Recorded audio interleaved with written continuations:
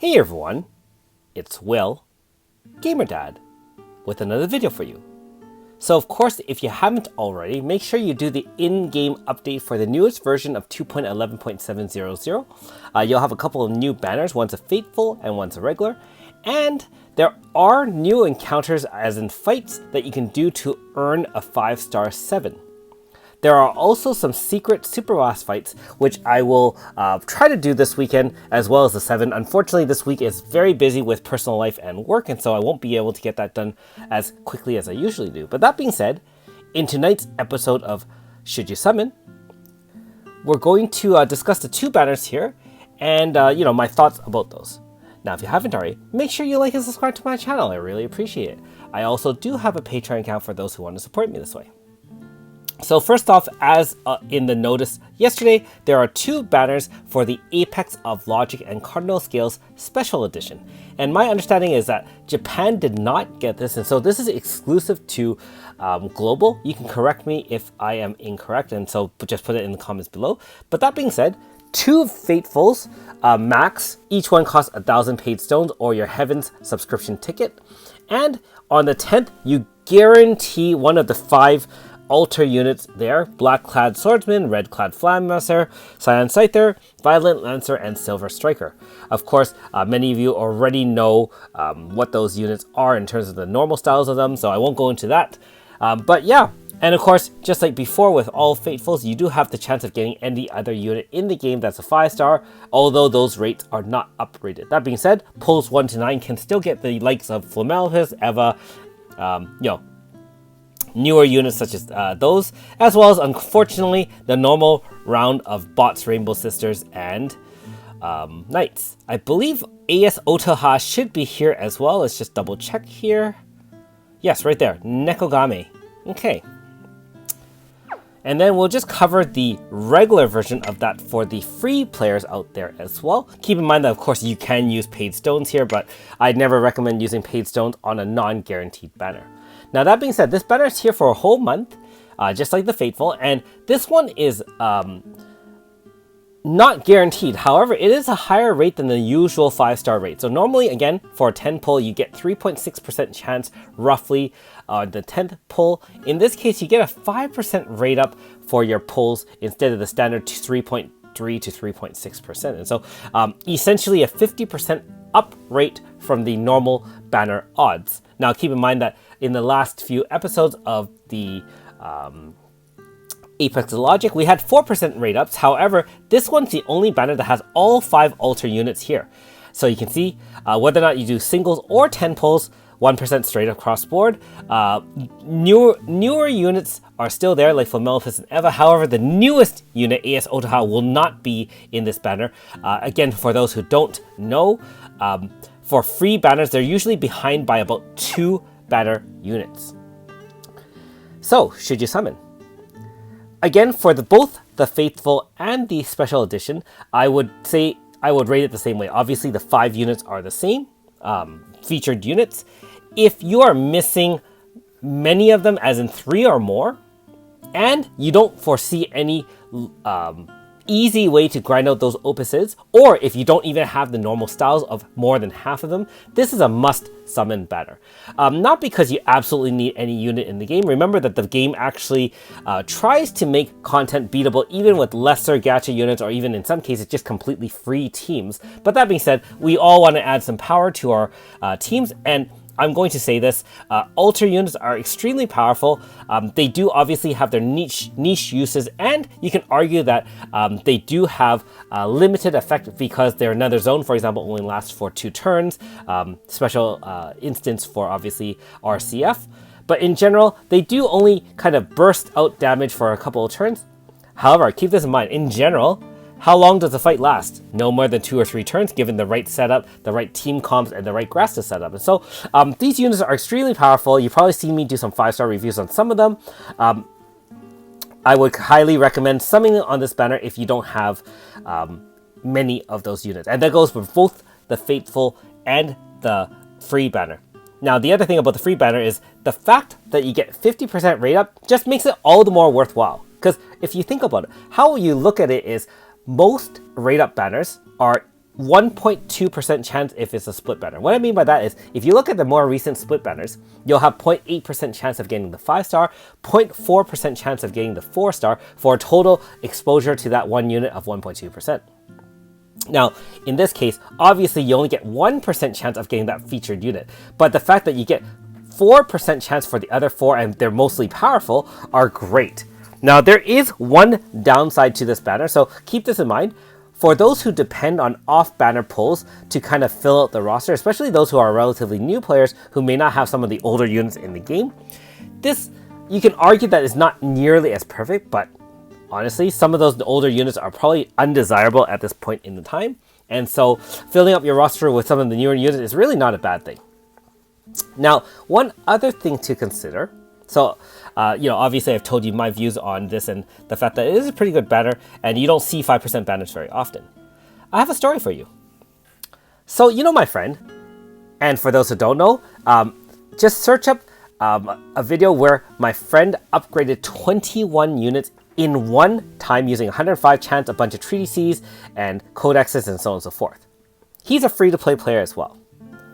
Surprisingly, although he and I very similarly summon on units and we also play the game constantly, he plays a little bit different from me, and he's a little bit more casual. He doesn't fight all the endgame bosses, but he does collect as many units as possible. He is missing Dewey, aka RCF, and he actually has all the other 4 units, and he has enough opuses for all of them. And so sometimes when you look at a banner and decide whether or not to summon, it's not only, do I need this absolute unit? Do I want how many units? It's not always a pure math game. Sometimes it's more like about feel. And in his case, he has a ton of chronostones. He's got like 35,000 chronostones. And if you're wondering how, he made very difficult decisions. At one time, he actually passed on the AS Kiko banner, no form of Kiko. He passed on the Melissa/Suzette banner, no form of Melissa. He's passed on AS Hardy, no form of Hardy. He's passed on Garen Barrel, no form of Garen Barrel, and so on and so forth. Now, bear in mind, he actually has Eva and Flamalpus and a lot of other units, and he can always side grade these 4 units as well, other than the Dewey, which he doesn't have any form. And he and I talked about it today, and I advised him to go for this banner, even though he has 4 out of 5 units, and that goes against what I usually suggest.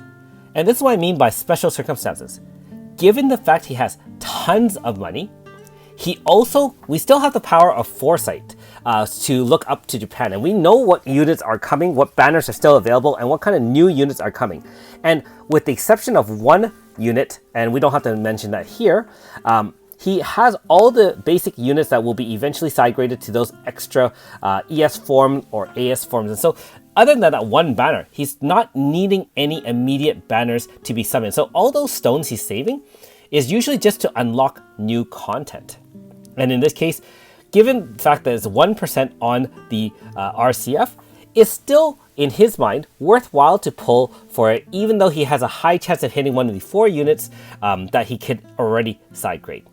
Now, the other thing too is, in this case, these units are also very specialized. Remember that if you do side grade like I did, and you've seen me side grade some of these units, if you side grade, you start with 0 shadow.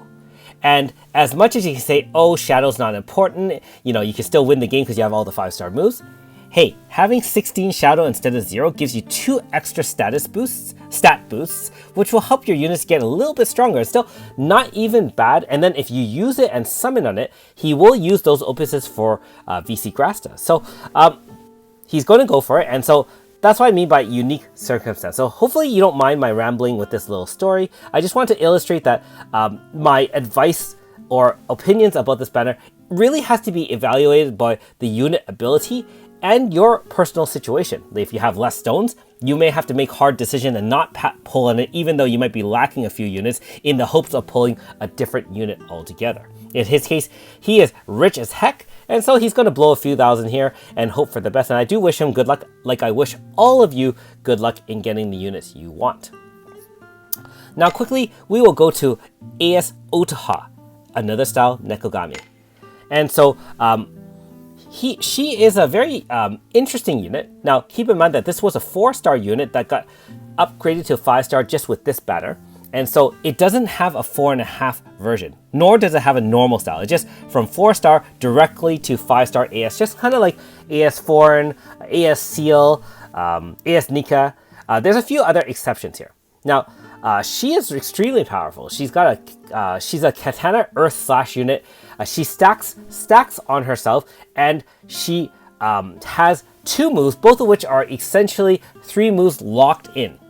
The first one does AoE slash Earth on all, and it also heals HP to the whole team while hitting, and it gives a 50% barrier to all party members for 1 time, and sets crit rate of all party members for 1 time.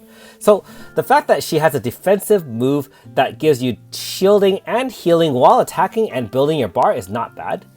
But get this, her main DPS move is crazy high modifier, and so is also locked in for 3 turns. Keep in mind that you can't go do other moves while she's in it. It's either move 1, move 2, and move 3, and by the time you get to the 3rd move, you're doing massive amounts of damage. We're talking, in this case, 8,250% modifier. Keep in mind that someone as powerful as Flamelopus, actually her Neptune's only 3,000 mod, not including the break, which doubles that. This one, even though the first 2 hits don't do nearly as much, by the time you get to the 3rd hit, you're hitting for 8,000, and even on average, you're still hitting in the 4,000 range if you divide the 3 hits. And so, very good. Now, should you summon? So, I mean, she has some other small things in her kit, and her passive is very interesting as well. It restores 15% MP and HP to all party members after a victory, so helps with your farming as well. I never advise anyone to summon on a banner like this, because if you look at the odds, if you hit the 4-star or the 3-star, it does nothing to you. If you hit a 4-star, you'll need to pay 5 chance, 5 treatises, and so on and so forth. And it doesn't allow you to access more than 1 form. You're only going to get the AS form. There's no 5-star regular form. And so, and the other thing is, everyone has Otoha if you've been playing any length of time in the game. And so, if you summon on this, essentially, if you hit a 4-star, it's essentially the same as hitting nothing, right? And so, I hope you understand what I mean by that. So, any unit that's a plain 4-star that's directly upgrades to AS5, I never recommend pulling on, especially if you're free to play. Not only that, look at the odds of the 5-star uprate. It's only 1%, right? You're better off trying your best at one of the Apex of Logic banners instead, where you get 5%, 1 times 5, for example, right? So hopefully that makes sense. As a free-to-play, you really should be trying to grind out those treatises, and I will also argue that Earth Slash in general, we have quite a few free ones, and although you can argue some of them are not nearly as powerful as they used to be, you still have the likes of Deidre with Manifest, quite good. You have Violet, which is a P5 unit. Again, still pretty good. Just not top tier, but do you need top tier to win the battle? I mean, you should be already winning if you're using units like that, plus 1 powerful Earth Slash unit. Anyways, so just quickly saying, yep, don't go for it. If you have a lot of money or you are a paid spender, yeah, you can always go for it. It's just that from a free-to-play standpoint, these are never good value banners. Anyways, let me know in the comments below. I know some of you have already done it or have already probably summoned, even though this video is coming out later than usual. Let me know how you've done on the banner and what you think about the banner. As for myself, you know that I will not be summoning on Nekogame. I'll be grinding out those treatises. As for the Cardinal scales, normally if it's a 5% banner like this, regardless of half of the units or not, I actually try 1k or so. This time I just cannot. I am missing Silver Striker, but it's just not worth going for 4 dupes, especially given my stone count is different from my friends. I only have 5,000. I am also saving for that future banner, which I don't have a unit of. Anyways, good luck in all your summoning, and good luck on the upcoming Super Boss fights, which, like I said before, I'll hope to get out in the next week. Just don't know how my schedule is going to be, and so I ask you to be patient, or if you're skilled enough to beat it on your own, congratulations. It's going to be a fun one, I'm sure. Thanks for watching. We'll see you next time.